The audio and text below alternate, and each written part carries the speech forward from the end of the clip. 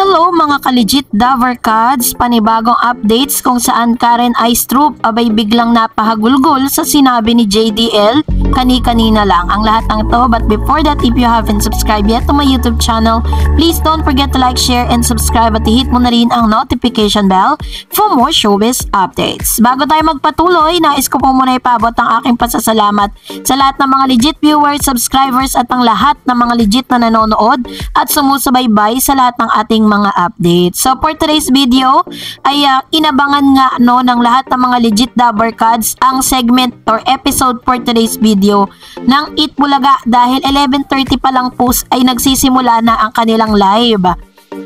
Na sinabayan naman po ng ibang noontime program kasi ang ito pong Eat Showtime ay nagsimula na rin sila ng 11:30. Sinimula na rin nila pero yun po ay parang pa lang, parang yung mga online na parang may mga nag-uusap during the commercial break, ganun nila sinimulan. At ang maganda lang sa Eat Bulaga, sinimulan nila ng napakaganda. Sinimulan nila dun sa segment na parang bulagaan style.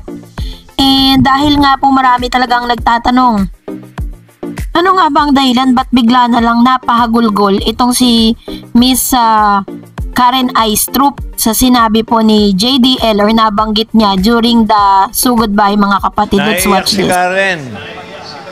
May naalala siya. Naiyak. Hindi po.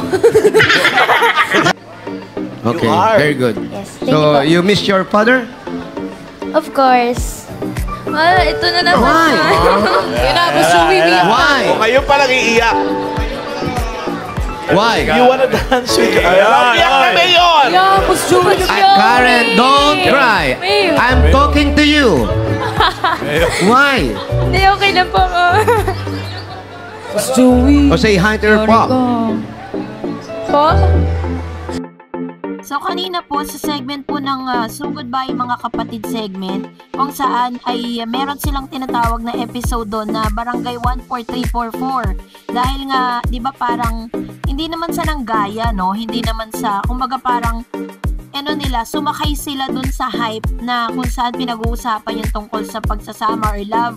Kung sa Eat Showtime pinag-uusapan yung tungkol sa mga ex, kumbaga hindi sila talagang legal na mag-asawa. Iba naman yung atake ng Eat Bulaga. Dito naman pinag-uusapan dito yung pinakakakaibang love story ng isang mag-asawa. So napansin natin dito na yun nga pinag-usapan itong foreigner saka po yung isang Pinay na nagkatuluyan silang dalawa. At ilang araw na rin natin tayo nakakapanood ng ganito talagang kumbaga niyayakap na rin po ng Eat Bulaga kung ano talaga yung nauuso, which is dapat naman talaga ganon. So ito po yung isang bagay na bakit umiyak si Karen Aistrup, napahagulgol siya kasi nakita niya 'di ba yung mga anak kasama po nung foreigner dito sa Pilipinas, and we know na may isang tao na sobrang miss na ni Karen, yun ay ang kanyang tatay. Kaya naman nung nabanggit nga ni JDL at kinamusta siya na kahit pala nakikita natin araw-araw nang umingiti itong si Karen Aistrup, pero yun po, namimiss niya po ng todo yung kanyang tatay kasi foreigner po yan nasa ibang bansa. Kaya naman sobra yung pagkamiss niya And alam ko po na bawat isa sa atin ay talagang sobrang natuwa doon sa episode na ito dahil pinakita lang dito na hindi naging hadlang yung kanilang, hindi naging yung language barrier nila, yung kanila pong lahi, 'di ba? Nakita niyo po yung mga anak po niya, napakagaganda. At talagang ito po yung isa sa mga episode ngayon ng Eat Bulaga na inaabangan din, Kasi parang timing din na dahil nga yung pinaka gusto nilang i-highlights dito, yung love story nga ng tunay na mag-asawa. So, kasi sa Especially For You, which is isa sa pinakamalakas na episode sa Eat Showtime na laging pinag-uusapan, na laging trending, tungkol naman po yun sa kumbaga hindi pa talaga sila settle down, mga mag-boyfriend at girlfriend, and then they're gonna look for another partner dahil nga hindi sila naging okay, 'di ba?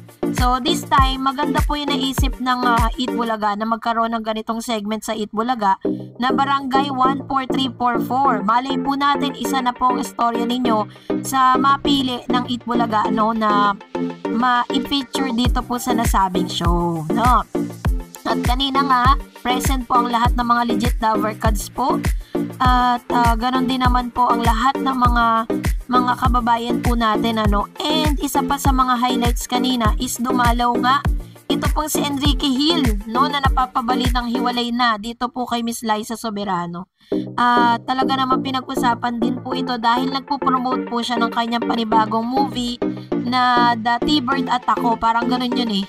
No, so yun po yung kanyang purpose. At syempre, isa ang Itbulaga sa mga napili po nila para po i-promote yung kanilang movie. This is really a good platform for everyone kasi hindi nila nagagawa ngayon yun dahil wala namang prangkisa ang ABS-CBN eh. Tanging dito lang sa Itbulaga nagagawa ng ilan sa mga celebrity, 'di ba? Kahit po yung mga teleserye po nila, talagang this is a good place para mag-promote. Kaya naman congrats sa ating pong mga naging bisita po nila ngayong araw.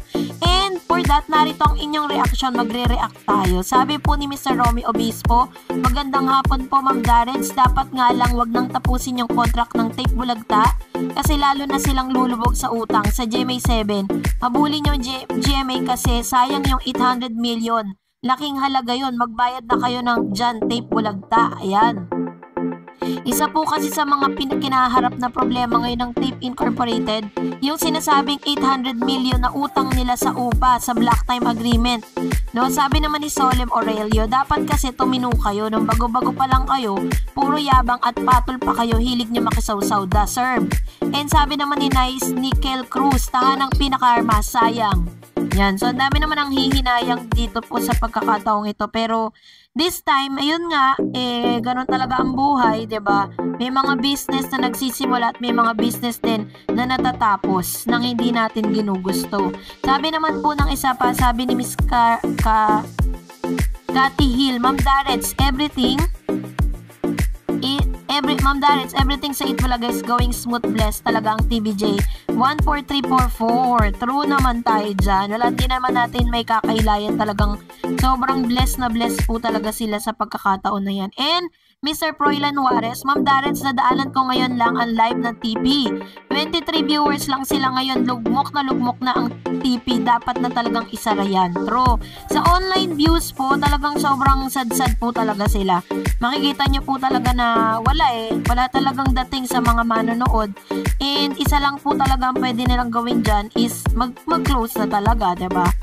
And of course, ito naman po ang ilan pa sa mga komento po ninyo. Ayan, basahin po natin. Sabi po ni Menchi Peynado, ang ganda naman ni Miles. True naman tayo dyan, wala tayong duda dyan.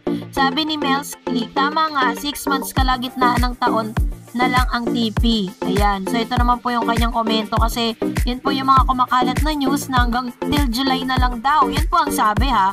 Pero wala pang confirmation patungkol dyan. Malalaman natin yan soon kung talagang pagbibigyan pa sila ng GMA patungkol sa kanila pong kanilang panibagong or renewal ng kanilang kontrata. And that's it for today. For more videos and updates, please don't forget to like and subscribe. And please don't forget to follow my Facebook page, Darrens TV. God bless everyone.